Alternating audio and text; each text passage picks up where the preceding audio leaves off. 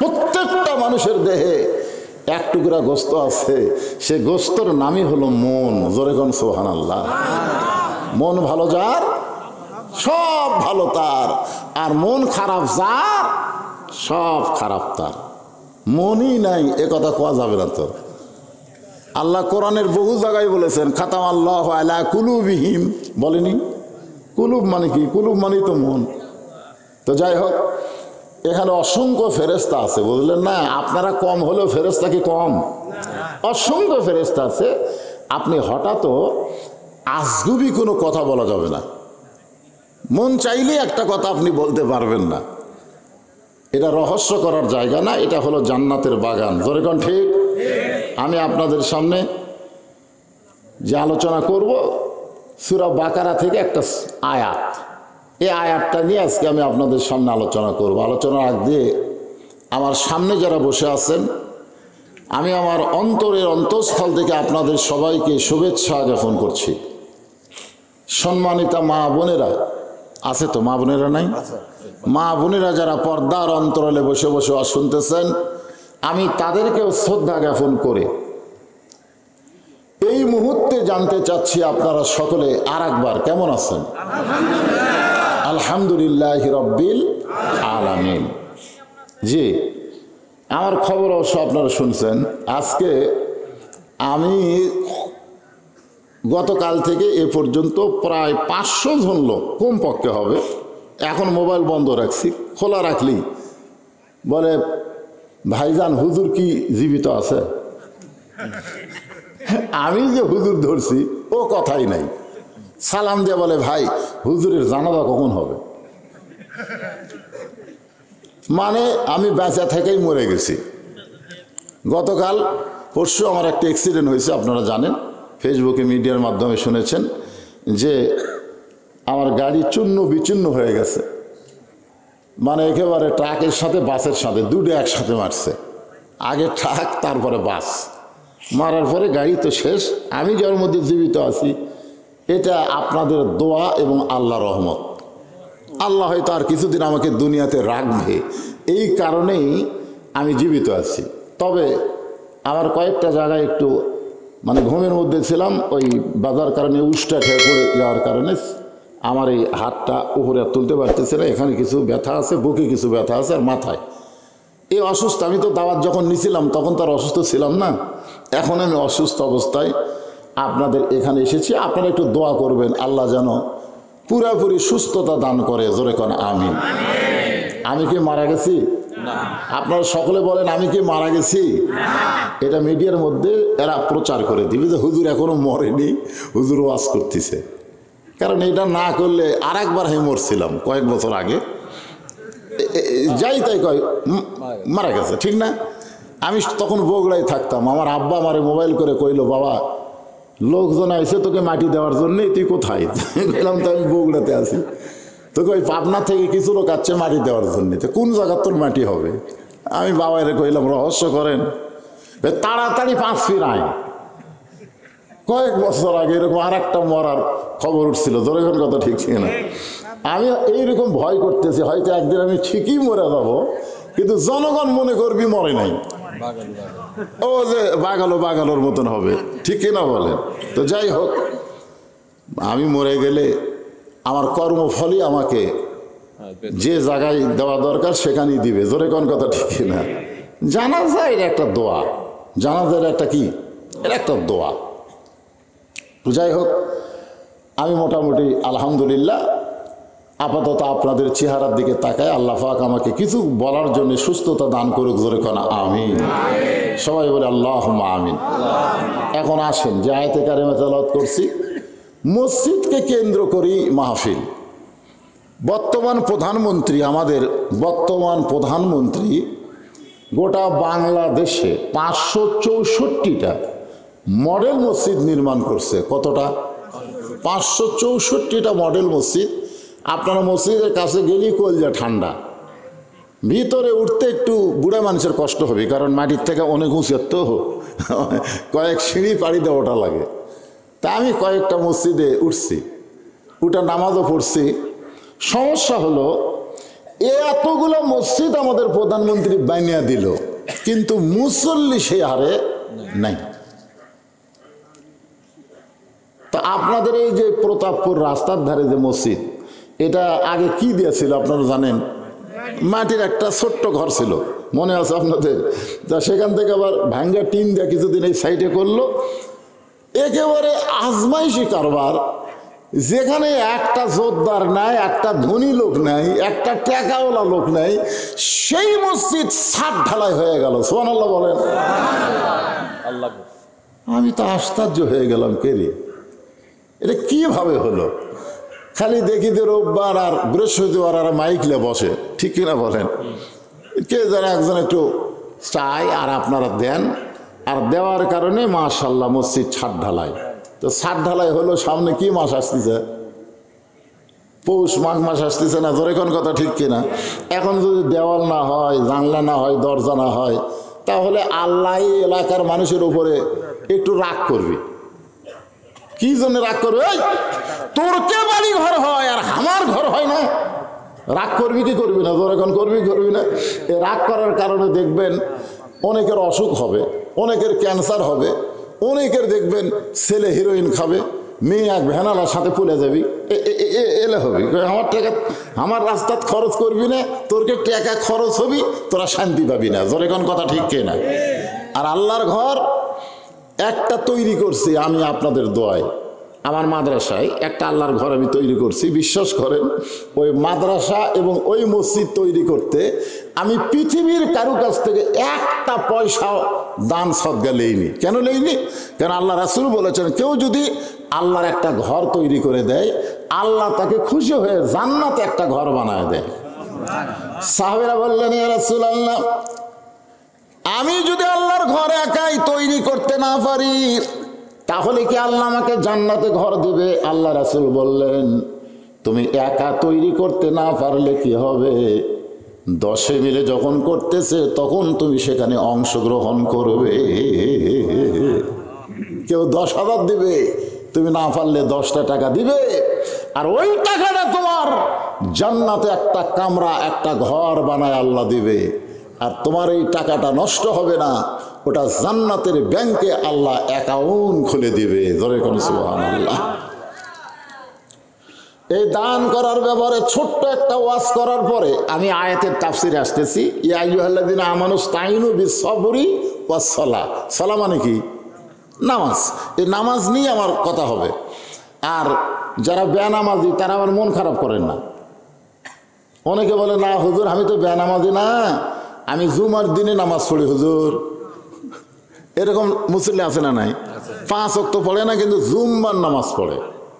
মনে করেন আল্লাহ হাসরের ময়দানে রহমানুর রহিম খুশি হয়ে বলতেছে, যাও যারা 5 ওয়াক্ত পড়নি, খালি জুম্মার নামাজ পড়ছো, আমি আল্লাহ তাদেরকে জান্নাত দিয়ে দিলাম, যাও। কারণ আল্লাহর দয়ার কোনো শেষ আছে?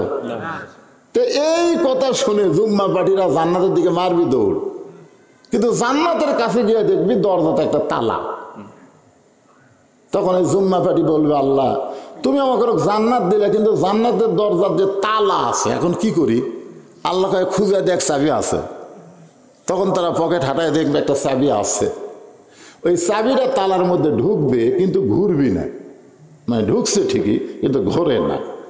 তো বলে, আল্লাহ চাবিটা তো তালার মধ্যে ঢুকলো, ঘোরে না যে।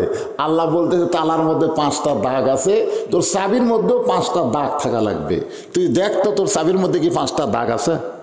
তখন না আল্লাহ, আমার চাবি তো তেল তেলা। তো তেল তেলা চাবি আর তালার মধ্যে 5টা দাগ। তখন বলবে, আল্লাহ কিসের দাগ? আল্লাহ বলবেন, ফজর, জোহর, আসর, মাগরিব, এশা। এই 5টা দাগ যদি না থাকে তাহলে চাবি ঘুরবি না, তালাও খুলবি না। তাই যারা 5 ওয়াক্ত বাদ দেখালে জুম্মা মারতেছে, এরা জান্নাত দেখবার পারবি কিন্তু ঢুকবার পারবি না। সবাই ঠিক করলেন না? তার মানে বোঝা গেল এখানে অনেকে খালি জুম্মা পাটি আছে, খালি জুম্মা পাটি।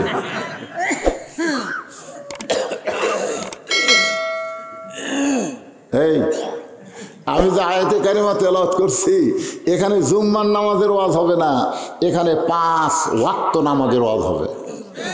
শুনবেন না? 5 ওয়াক্ত নামাজ যে নামাজ সম্পর্কে আল্লাহ বললেন যারা আমাকে বিশ্বাস স্থাপন করেছ, অবিশ্বাসীদের কোনো নামাজ নাই, অবিশ্বাসীরা নামাজ পড়া কোনো লাভও নেই। অবিশ্বাসী বোঝেন, এখন আসরের নামাজ পড়ছে, পড়ে জমির ধান দেখবার গেছে, যায় দেখে ওপর জমির পানি, নিচে আর জমির পানি নেই। তখন চারিদিকে তাকাছে, আগে চারিদিকে তাকাছে, কেউ নেই। আস্তে করে বসে ওই জমির আল কাটা দিছে, ওই পানি দিয়ে হাত ধুছে, ধুইয়া উপর দিকে মাথা তুলে চারিদিকে তাকায় বলতেছে আলহামদুলিল্লাহ, কেউ দেখেনি। আপনার বলেন তুমি কি বিশ্বাসী না অবিশ্বাসী? এদের জন্য আল্লাহ একটা সূরা নাজিল করছে, নাম হলো সূরা মাউন। জোরে কর, নাম কি? সূরা মাউন। আর মমতাজ একটা গান গাছে। কে গাছে?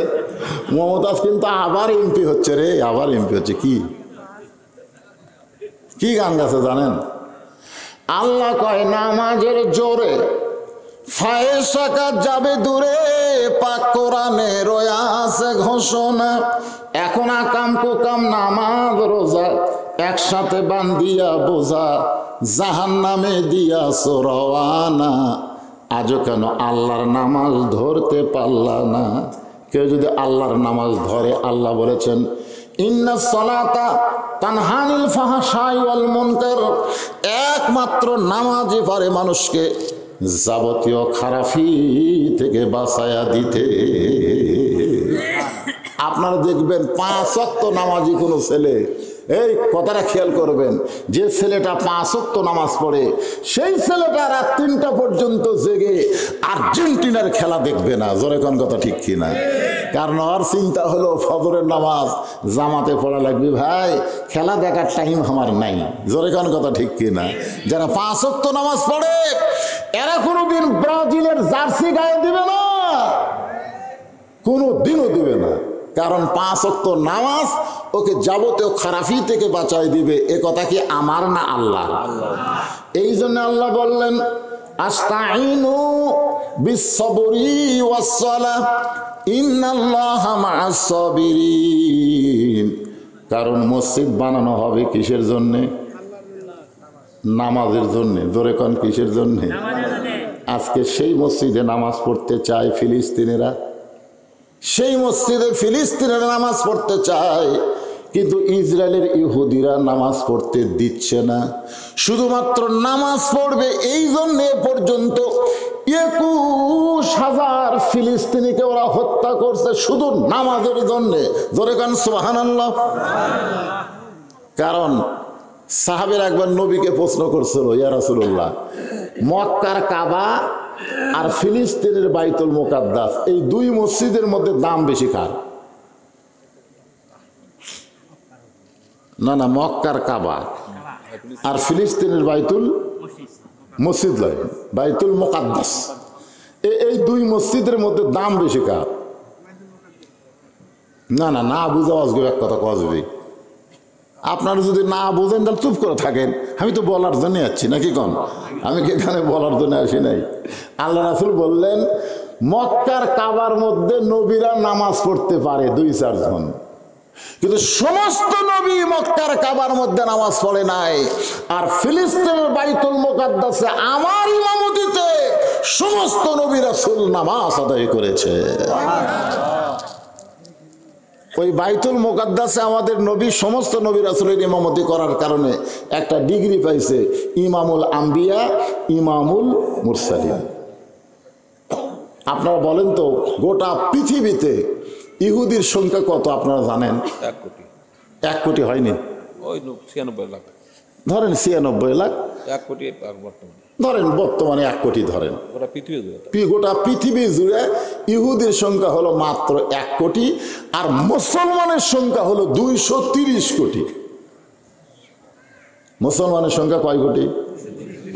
যদি 230 কোটি মুসলমান পেশাব করে দেয়, ওই 1 কোটি ইহুদি ভাসিয়ে যাবে। ধরে কোন কথা ঠিক কথা কন না কেন? কিন্তু তারপরেও ওরা মুসলমানদেরকে হত্যা করতেছে, আর মুসলমানেরা কিছুই করবার পারতেছে না। আপনারা বলেন তো কারণ কি? কারণ হলো নামাজ। কারণ নামাজ এমন একটা ইবাদত, যে ইবাদত আওয়ামী লীগ, বিএনপি, জাতীয় পার্টির জামাত ভুলে দেয়, জোরে কর কথা ঠিক কিনা? আপনি বলেন তো, মসজিদে আজান দেওয়ার পরে আওয়ামী লীগেরা পত্তাপুরের কোন মসজিদে খোঁজে? মসজিদ তো কয়েকটা আছে, আছে না নাই? গোটা প্রতাপপুর মিলে কয় মসজিদ? 5টা মসজিদ।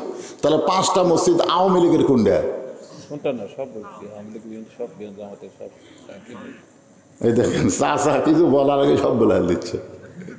আমি যদি চাচার কাছে দাঁড়াই, মনে করেন কথার কথা, চাচা একদল আমি একদল, মনে করেন, এটা বোঝানোর জন্য বলতেছি, আমি যদি 4 আঙ্গুল পিছনে থাকি, চাচা কি করবি?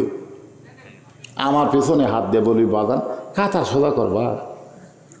আমি যদি বলি, চাচা আপনি আওয়ামী লীগ, আমি জামাতে ইসলাম, চাচা কাঁথা সোজা করা যাবি না। এখন বিএনপি যদি 4 আঙ্গুল সামনে যায়, তা আমি কি কম, সামনে থাক, অক্টায় নেলে কাতারও তাই, কাতারও তাই। তুই যতই বিএনপি আওয়ামী লীগ জামাত কর, বাইরে কর, আল্লাহর ঘরের মধ্যে কোনো দল চলবে না। সব মুসলমান এক কাতার, জোরে কোন কথা ঠিক কিনা?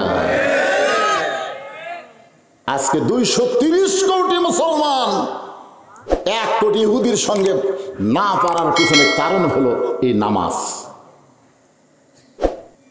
আল্লাহ রাসূল বলেছে, লা সালাত আলা ঈমানা, যার নামাজ নাই তার ঈমান নাই। এটা আমার কথা না, রাসূল বলেছেন, লা সালাত আলা দীনা, যার নামাজ নাই তার কোনো ধর্মই নাই। বাইনাল আবদি ওয়াল কুফরি তরকুস সালাত, বান্দার কাফেরের মধ্যে পৃথক করার জিনিস তার নামই হলো নামাজ। যে নামাজ পড়বে সে আল্লাহর বান্দা হবে, যে পড়বে না সে হবে কাফের। আমি যেই বলবো বেনামাজি, আপনারা বলবেন কাফের, বলতে পারবেন না ভাইজান? এই আপনি যদি নামাজ নাও পড়েন তাও কোন, এই জন্যই বলেন যে ফজর থেকে আপনি নামাজ ধরবেন, বাকি জীবনে আর নামাজ ছাড়বে না। আল্লাহ কয়, তুই যত নামাজ না পড়েছিস গুনাহ হয়েছে, আমি ফজর নামাজ ধরার কারণে তোর সব গুনাহ মাফ করে দিলাম। তাহলে বলতে কোনো সমস্যা আছে? আমি যেই বলবো বেনামাজি, আপনারা বলবেন কাফের, বলতে পারবেন? বেনামাজি, বেনামাজি। এখন আপনারা চিন্তা করতেছেন, হুজুর ওয়াজ না শোনাই ভালো, আমরা কাফের হয়ে গেলাম। কে রে পাগলা, কাফের হলে মুসলমান হওয়া যাবে, কথা কোন ঠিক কিনা? কিন্তু মুসলমান হয়ে কাফের হওয়া যাবে না। হিন্দু থেকে মুসলমান হওয়া যাবে, ইহুদি থেকে মুসলমান হওয়া যাবে, কিন্তু মুসলমান কোনোদিন ইহুদি হবে না। আল্লাহ কোরআনে বলেছেন, ওমাইয়াবতাগি গায়রাল ইসলাম দীনান ফালা ইউকবালা মিনহু। আল্লাহ বলেছেন, ইসলাম ছাড়া অন্য কোনো ধর্ম কেউ যদি গ্রহণ করো, সেইটা কবুল করা হবে না। এটা হিন্দু পড়া হলেও আল্লাহর এই কোরআনের আয়াত সত্য, জোরে কোন কথা ঠিক কিনা? এটা কি আমার আয়াত? আল্লাহর আয়াত। এখন আসেন, আমাকে এই পাড়ার মধ্যে কিছু হিন্দু আছে না নাই? আমি হিন্দু ভাইরা যদি বলে, হুজুর আপনি আমাদের বিরুদ্ধে ওয়াজ করতেছেন, আল্লাহ বলতেছে বিরুদ্ধে না, লা তামুতুন্না ইল্লা ওয়া আনতুম মুসলিমুন। তুই যতই হিন্দু থাক আর খ্রিস্টান থাক, মরার সময় মুসলমান হয়ে মর। সুবহানাল্লাহ খান। যেরকম পুবীর মিত্র, যেরকম কি মিত্র, এই পুবীর মিত্র নাম শোনেন না আপনারা? সিনেমা মরছে, অভিনয় স্ট্রোক করা মরে। আচ্ছা, ওই লোকটা একেবারে বুড়া বয়সে, বাইরে বুড়া বয়সে আইসা ছেলে মেয়ে সবগুলো খেলে মুসলমান হয়ে গেল। সুবহানাল্লাহ খান। শেষ ভালো যার, সব ভালো তার। আল্লাহ রাসূল বলেছেন, সারা জীবন ভগবান ভগবান ভগবান ভগবান করছে, আর মরার সময় লা ইলাহা ইল্লাল্লাহ বলে মারা গেছে। রাসূল বলেন, শুধুমাত্র লা ইলাহা ইল্লাল্লাহ বলে মরার কারণে আমি আল্লাহর সারা জীবনের অপরাধকে মাফ করে দিবে। জোরে কোন সুবহানাল্লাহ। তাহলে এখন মনোযোগ দিয়ে শোনা লাগবে। যেই নামাজ নেওয়াজ করব, এই নামাজের কথা শোনার দরকার আছে না নাই? কারণ আমরা যে ঘরটার উন্নয়ন কল্পে মাহফিল করতেছি, সেইটাই হলো নামাজের ঘর। জোরে কোন কিসের ঘর? এইটা বলার আগ দিয়া সামান্য ছোট্ট একটা আলোচনা করি। আলোচনাটা হলো, নবীর মেয়ে ফাতেমা দুপুর বেলায় হযরত আলীর কাছে সে কাঁদতেছে।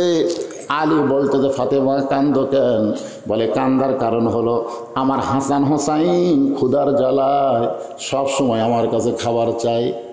আপনি হলেন বাবা, বাবার কাছে সন্তান কিন্তু সাহস কম পায়, বরং তারা মায়ের কাছে সাহস বেশি পায়। জোরে কোন ঠিক কি না? এখন না খাইয়া সন্তান দুইটা ঘুমায় গেছে, চেতন পাইলেই তো আমার কাছে খাবার চাবে, আমি এখন কি করব? আলী বলে, ফাতেমা আমার পকেটে কোনো টাকা নাই যে তুমি বাজার থেকে আমার কিছু আনতে বলবে, সে আনার মতন কোনো পয়সা করি নাই। ফাতেমা বলতেছে, তাহলে একটু ধৈর্য ধরেন। হজরত আলী একটু ধৈর্য ধরার পরে ফাতেমা একটা ওড়না নিয়ে এসে হজরত আলীর হাতে দিলেন, দিয়ে বললেন, স্বামী গো, আমার এই ওড়নাটা বিক্রি করে যেই টাকা হবে সেই টাকা দিয়ে আপনি হাসান হোসেনের খাবার নিয়ে আসবেন। হজরত আলী ওড়নাটা জামার পকেটের মধ্যে ঢুকাইলেন, জামার পকেটের মধ্যে নিয়ে বাজারের মধ্যে ঘুরতেছেন আর চিন্তা করতেছেন, আমি ওড়নাটা বের করে যদি বিক্রি করবার চাই, আর খরিদ্দার যদি জিজ্ঞাসা করে কার ওড়না, আমি যদি বলি আমার বইয়ের ওড়না, তাহলে খরিদ্দার মনে করবে পুরুষ মানুষ যখন বইয়ের জিনিস বেচা খায় ওই পুরুষটাই হলো দুর্বল পুরুষ। আপনারা বলেন তো, বইয়ের জিনিস বেচা খাওয়া লক্ষণ ভালো না খারাপ? আমাদের মধ্যে অনেকে নাই, খাবার বেচা খেলে বইয়ের গলার দিকে দেখা থাকে। বউ কয়, কি দেখো গো, তোমার বউ তুমি দেখতে, আগে খাও তারপরে দেখো, খালি তাকায় থাকে। তখন বউ একেবারে ব্লাউজ খুলে দিছে, দেখো দেখো। স্বামী বলতেছে, হতে হচ্ছে না রে, হতে হচ্ছে না। বউ কয়, কি হচ্ছে না? বলে, জমির ধারে একটা জমি বাড়াইছে 80,000 টাকা দাম, কিন্তু আমার 60,000 টাকা আছে, আর 20,000 টাকা হলেই জমিটা হয়। বউ বলতেছে, ধৈর্য ধরেন, এবার না হলে সামনে বার হবে। স্বামী বলতেছে, তোর বাপের জমি, যে আমি ধৈর্য ধরলে ওই জমি থাকবি। বউ বলতেছে, রাগ করেন কেন? তাহলে আমি করবো কি? স্বামী বলতেছে, ওই যে বিয়ের সময় তোর বাপ যে মালাটা দিছে গলা পরে আমাকে ভাত খাওয়াচ্ছিস, ওই মালা সোনার মালা, কিন্তু সাইজ নাই, ওলা মালা আর চলে করে, ওই মালাটা আমাকে দে, বিক্রি করে আমি জমিটা নেই। এই ভাত খাইতে খাইতে শপথ করে বলতেছি, আগামী বছর তো 2 ভরি সোনার, এটা তো 1 ভরি, তোকে দিব 2 ভরি সোনার একটা ডিজিটাল মালা। বউ স্বামীর কথা খুশি হয়ে মালা খুলে দিছে, ওই বেচে জমি লিছে। বইয়ের মালা বেচে কি লিছে? মেয়েরা কিন্তু সব কথা খেয়াল না থাকলেও কিছু কথা মেয়েদের খেয়াল থাকে কি থাকে না। ধরে কিন্তু 1 বছর পরে এসে বলতেছে, কে গো স্বামী, গত বছর মালা বিক্রি করে জমি নিলেন, আমাকে মালা দেবেন না? তখন স্বামী মুচকে মুচকে হাসে। বউ বলে, হাসেন কেন? বলে, তুই বোঝ রশিদের ওয়াজ শুনিস নি? বউ কয়, বোঝ রশিদ আবার কি ওয়াজ করছে? বোঝ রশিদ ওয়াজ করছে, মেয়েরা কেবলমাত্র এক ব্যক্তির জন্য সাজতে পারবে, সেই ব্যক্তি হলো তার স্বামী। তো তোকে যদি মালা ছাড়াই আমার ভালো লাগে, তাহলে মালা কেনার কি দরকার?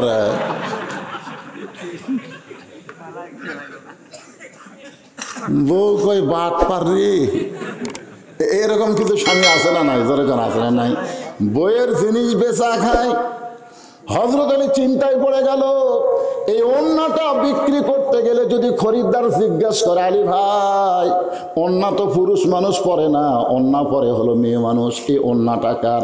আর আমি যদি বলি ফাতেমার, তাহলে সঙ্গে সঙ্গে খরিদ্দার মনে মনে চিন্তা করবে, আলী যখন বইয়ের ওড়না বেচা খায়, আলী হলো দুর্বল পুরুষ।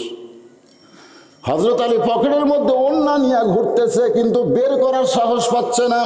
এমন সময় এক খরিদ্দার এসে সালাম দিয়ে বলে, আলী ভাই আমার মনে হয় আপনি কিছু বিক্রি করবেন। আলী চমকে গেল, পকেটের মধ্যে আছে ওড়না, দুনিয়ার কেউ জানে না, জানি কে? কিন্তু খরিদ্দার বলতেছে, আমার মনে হয় আপনি কিছু বিক্রি করবেন। সঙ্গে সঙ্গে হযরত আলী পকেট থেকে ওড়না বের করলেন, খরিদ্দার একটা ব্যাগ এরকম তার সামনে ধরলো, আলী ওড়না দিলেন। ওই খরিদ্দার একটা বার ওড়নার দিকে তাকালো না, একটা বার ওড়নার দিকে তাকাই নাই, বরং ওই ব্যাগের মুখটা ধরে হযরত আলীর হাতে 6টা দিরহাম দিয়ে ওই খরিদ্দার যখন চলে যায়, হযরত আলী 6টা দিরহাম নিয়ে এক দৌড়ে খাদ্যের দোকানে দোকানদারকে বলতেছে, ভাই আমার হাসান হোসাইন না খায়া কানতে কানতে ঘুমায় গেছে, ঘুম থেকে উঠলি খাবার চাবে, এই 6টা দিরহামের যা খাবার হয় সে খাবারটা আমাকে টোপলা করে দাও। দোকানদার তাড়াতাড়ি টোপলা করে যখন হজরত আলীর হাতে দিবে, এমন সময় এক ফকির এসে হজরত আলীর সামনে সালাম দিয়ে বলে, আলী ভাই, আজকে 3 দিন হলে আমার বাড়িতে কোনো খাবার নাই, মেহেরবানি করে যদি আমার একটু দান করতেন তাহলে আমার পরিবার নিয়ে আমি একটু খাবার খাইতাম। আলী মনে মনে চিন্তা করে, 6টা দিরহাম দিয়ে সন্তানের জন্য খাবারের টোপলা নিচ্ছি, আর এমন সময় ফকির আমার সামনে। আল্লাহর কোরআন বলতেছে, আম্মা সাইলা ফালা তানহার। আলী রে, আল্লাহর কোরআনকে যদি বিশ্বাস করিস তাহলে সাইলকারীকে ফিরাইয়া দিস না। জোরে কোন সুবহানাল্লাহ। আল্লাহর কোরআনকে যদি বিশ্বাস করিস তাহলে সাইলকারীকে ফিরাইয়া দিস না। আল্লাহ কোরআনে বলেছেন, ইন্নামা আমওয়ালুকুম ওয়া আওলাদুকুম ফিতনা, নিশ্চয় তোমাদের সম্পদ আর সন্তান তোমাদের বিপদের কারণ। তুমি সন্তানের মোহে পড়ে সম্পদ করতেছ, কিন্তু তুমি যখন মরে যাবে তোমার সন্তানগুলো সম্পদ রাখবে না, ওটা বেচা বেচা গাঁজা খাবে। জোরে কোন কথা ঠিক কি না? এই জন্য আল্লাহ কোরআনে বলেছে সম্পদ আর সন্তান হলো বিপদের কারণ। হযরত আলী আল্লাহর কোরআনকে বিশ্বাস করে 6টা দিরহাম থেকে 1টা দিরহাম ফকিরকে দিবার চায়, আর 5টা দিরহাম দিয়ে খাবার কিনে নিয়ে যাবে। এই মনে করে সাইলকারীর হাতে যখন 1টা দিরহাম দিচ্ছে, এমন সময় আল্লাহর কোরআন বলতেছে, ওমা তুনফিকু মিন শাইইন ফি সাবিলিল্লাহি ইউওয়াফা ইলাইকুম ওয়া আনতুম লা তুজলামুন। আলী রে, তুই ফকিরকে 1টা দিরহাম দান করলে আল্লাহ তোকে 10টা দিরহাম দান করবে। তুই যদি 2টা দিরহাম দেস আল্লাহ তোকে 20টা দিবে। তুই যদি 6টা দিরহাম দেস রে আলী, আল্লাহ তোকে দুনিয়াতেই 60 দিরহাম দিয়া দিবে। আপনারা বলেন তো, হযরত আলীর কাছে আল্লাহর কোরআন বড় না সন্তান বড়? জোরে কওয়া লাগবে। আল্লাহর কোরআনকে বিশ্বাস করে ফকিরকে 6টা দিরহাম দিল। দোকানদার বলতেছে, আলী ভাই, আপনার সন্তান না খাইয়া ঘুমায় গেছে, ঘুম থেকে চেতন পালি খাবার চাবে, 6টা দিরহামের খাবার টোপলা করলাম, আপনি কি টোপলা নেবেন না? আলী মুস্কি মুস্কি হাসি আর বলে, টোপলা দেওয়া হবে না, তুই 2 বস্তা খাবার প্যাকেট কর। সুবহানাল্লাহ কোন। হযরত আলী ইমানের দাবিতে বলতেছে 2 বস্তা খাবার প্যাকেট কর, কারণ 1 দিলে আল্লাহ কত দিবে? তোরা করে, আমার কথা না কোরআনের কথা। হযরত আলী বাজারের মধ্যে ঘুরতেছে, এমন সময় এক ব্যক্তি উট নিয়ে রাস্তা দিয়ে আসতেছে। আলীরে সালাম দিয়ে বলে, আলী ভাই, অযথা বাজারে ঘোরা কোনো লাভ নাই। বাজার হলো দুনিয়ার সবচাইতে খারাপ জায়গা। অযথা বাজারে ঘুরে কোনো লাভ আছে? আপনারা অযথা 5 মিনিট বাজারে ঘোরেন না? আসরের নামাজ পড়বার ঢুকে দেখে 4 মিনিট পরে জামাত হবে। 4 মিনিট, কয় মিনিট? ওই 4 মিনিটের মধ্যে 6 বার ঘড়ি দেখে।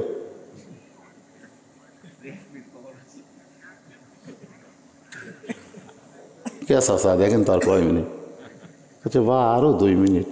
আজ ঘড়ি লুটতেছে না রে, আজ ঘড়ি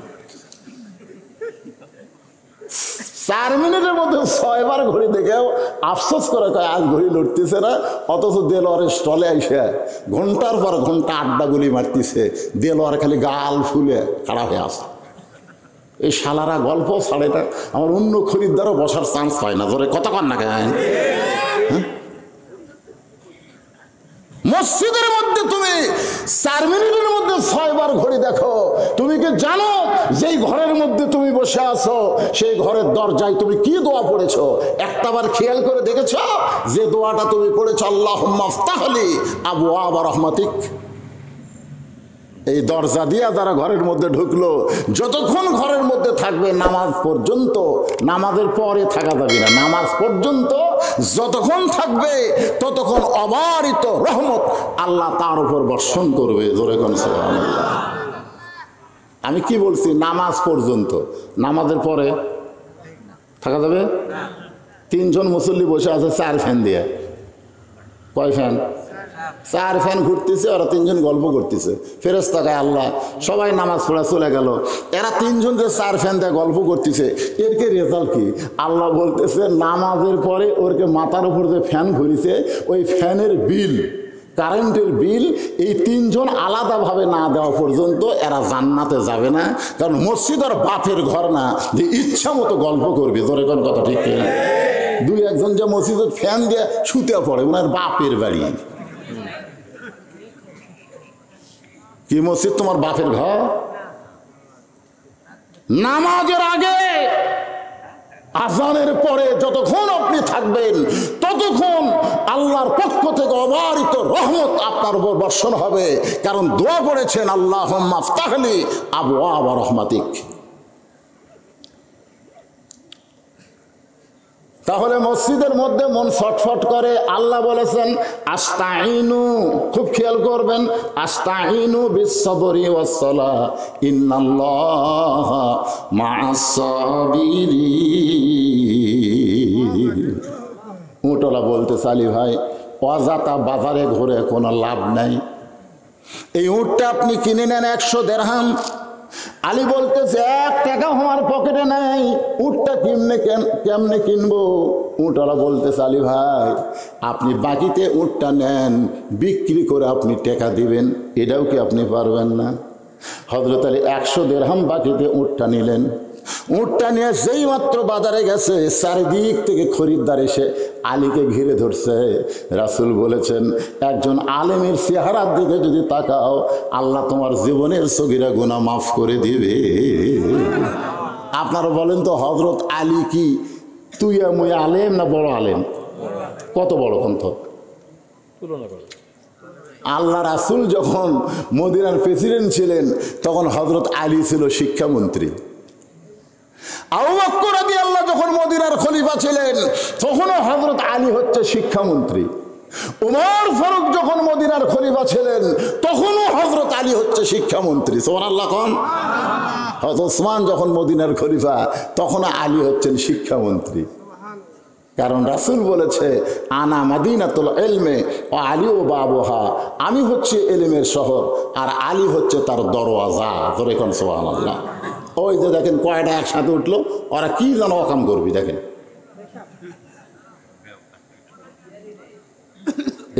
এই ছেলেদের, এই বয়সের ছেলেদেরকে স্বয়ং জিবরাইল এসে যদি ওয়াজ করে, এদেরকে ভালো করা যাবে না।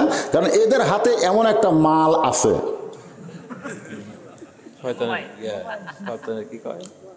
এমন একটা মাল এদের হাতে এসে গেছে যে স্বয়ং জিবরাইল যদি ওয়াজ করে, এদেরকে ভালো করা যাবে না। ভালো কেমনি করবেন? আমার কাছে দোয়া করেন, হুজুর বাচ্চা খালি কান্দে, দোয়া করে দিলাম, কান্দন আরো বাড়িছে। কিছুদিন পর কয়, হুজুর দোয়া দেওয়া হলো না, পানি ফোড়া দেন। পানি ফোড়া দিলাম, আরো জোরে কান্দে। মেয়ের মাও রাগ করে কয়, দোয়া দরুদের ফজিলত আর নেই। 1 মাস পরে কইলাম, মা খবর কি? কয় আর কান্দে না। তো কোন দোয়ায় কান্না বন্ধ হলো? কয় ওই যখনই কান্দে মোবাইল চালু করে দেই। হুজুর জানেন, আমার বাচ্চা মোবাইল ছাড়া খায় না। মাসুম বাচ্চাকে মোবাইল দিছে, আর এরা তো তাগড়া আইডিয়া হয়ে গেছে। জোরে কোন কথা ঠিক কিনা? এই আইডিয়াগুলো মিস কল পাচ্ছে, উঠে চলে যাচ্ছে একসাথে।